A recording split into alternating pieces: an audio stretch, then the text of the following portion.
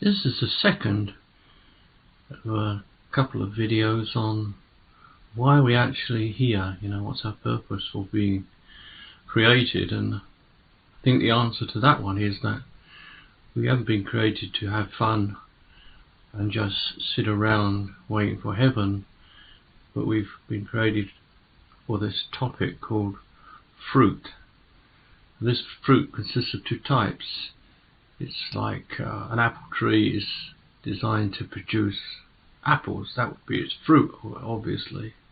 Christians should produce Christians and be involved in the process of Christians becoming better Christians, shall we say. And the other part of this business of fruit is there's a thing called fruit of the Spirit: love, peace, joy, long-suffering, self-control. We're expected to change. So we can expect to find ourselves, if we become a Christian, doing different things. And in fact, that's what put me off becoming a Christian for quite some time. These Christians, they do different things than the rest of us. They seem to think differently, they behave differently, they have different values, they're crazy. That's what I thought. Anyway, there should be fruit. We should be able to point to things in our lives that make us different, show us our value systems. I remember one day a woman showed up at the church after a service in the evening. Her name was Anne Cowell, I think. She was from Scotland on a visit here to her son and his family. And he wasn't with her, her husband was with her. She asked us, myself and Alex Cooper, if we would visit this son of hers who, she said, was going in the wrong direction and wrecking his life.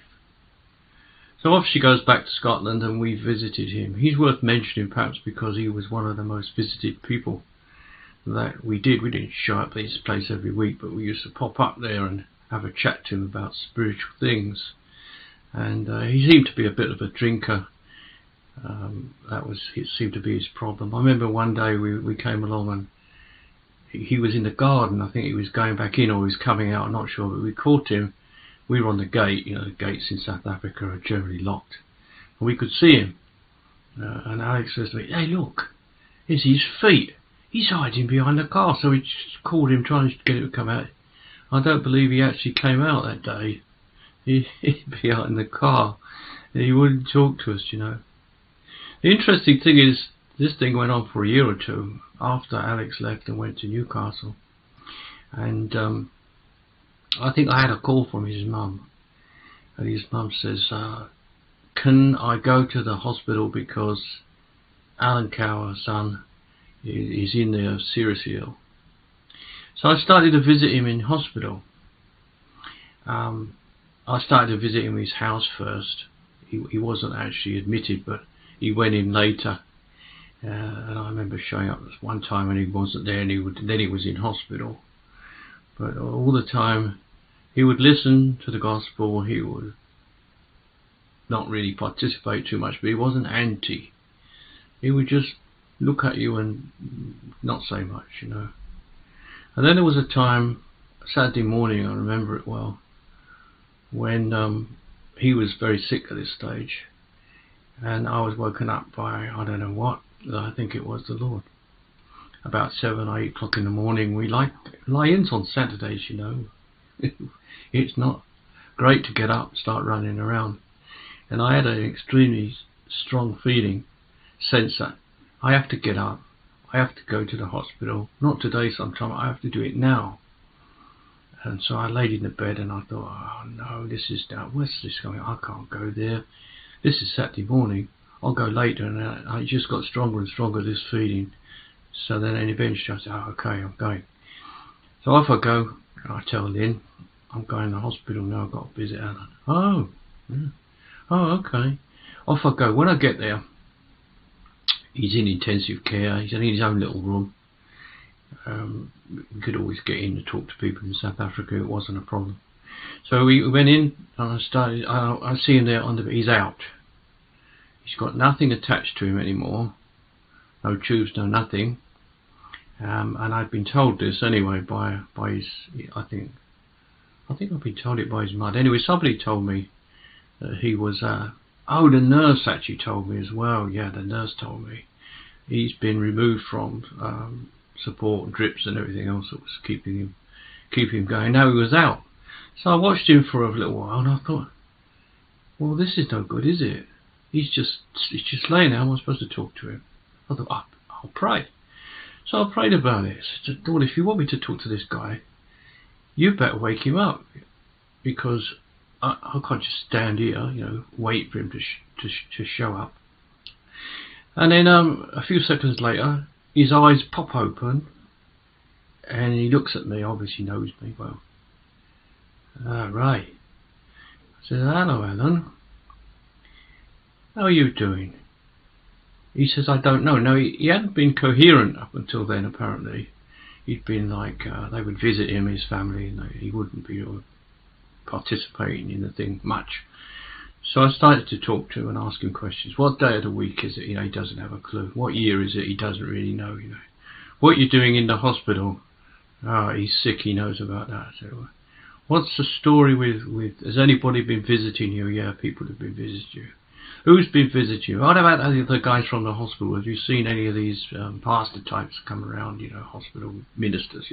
Oh yes, he's seen one. He came sometime. We don't know when. I said, what did he say to you? He explains to me, no. Well, he told me everything's going to be fine, and basically I'll be going to heaven. I says, oh, really? I said, but you know the gospel, don't you, Alan? Yes, he knows the gospel. I said, what's happening to you here? What do you think's happening? He says he don't know. So I says, look, they've removed all your tubes. Everything's gone from you, Alan. They're expecting you not to last much longer. So he starts to pay attention. His eyes get bigger. And then we speak to him again. We tell him the gospel again, which he pretty much knows. And we explain to him, this is a bit unusual for people to get visited on their deathbeds, by somebody's. People that know the truth and haven't really decided what they want to do regarding their faith. So he starts to be interested, and we talk around the verses. I can't remember exactly which ones I used, but it was pretty straightforward. Then I say to him, so you're not really saved, are you? He says, no, I'm not saved. So I says to him, you understand why you have to be saved, You understand you're a sinner. I think he got plenty of sin. I don't know what it all was, but it was very complicated, his life. And he says, yeah, I understand. I said, well, do you think at this stage you should be saved? He says, yeah. I says, well, when do you think you should be saved? He says, now. Obviously now. So we prayed with that guy, and I believe he got saved. Now I left that place, and maybe 15-20 minutes later his wife came in. Maybe I missed her on the way, I don't know, but she told me that he was happy, and he told her, Ray's been along here, and he's made a profession of faith, and he knows he's going to heaven now. And then within a very short space of time while she was there, he just went. So I think that was a very interesting case, that guy figured out exactly what his problem was, and he didn't have any real opportunities to stretch it out any longer. And I could give other stories of deathbed things that didn't turn out as well as that one. But at the funeral, a few days later, there were a lot of people who stuck up their hands. There seemed to be something happened that day, and all sorts of people that he was involved in were convicted at that service and stuck up their hands. A lot of them, I didn't look. Often people say, while eyes are closed and heads are bowed, is anybody here, etc., etc., And there were plenty apparently, but I didn't actually open my eyes cheat like I often used to. But anyway, so that's the story about Alan Cowell. an interesting one, and something showing sort of what's important to me, what was important then, what's important now, and the great burden I and similar people have for the souls of our loved ones.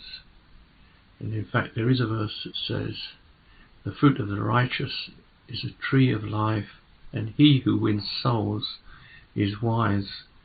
That one's Proverbs 11:30, and I'll find another one in Romans and put it on the end of this video, which perhaps explains how we are expected to be changed, not continue with our worldly things.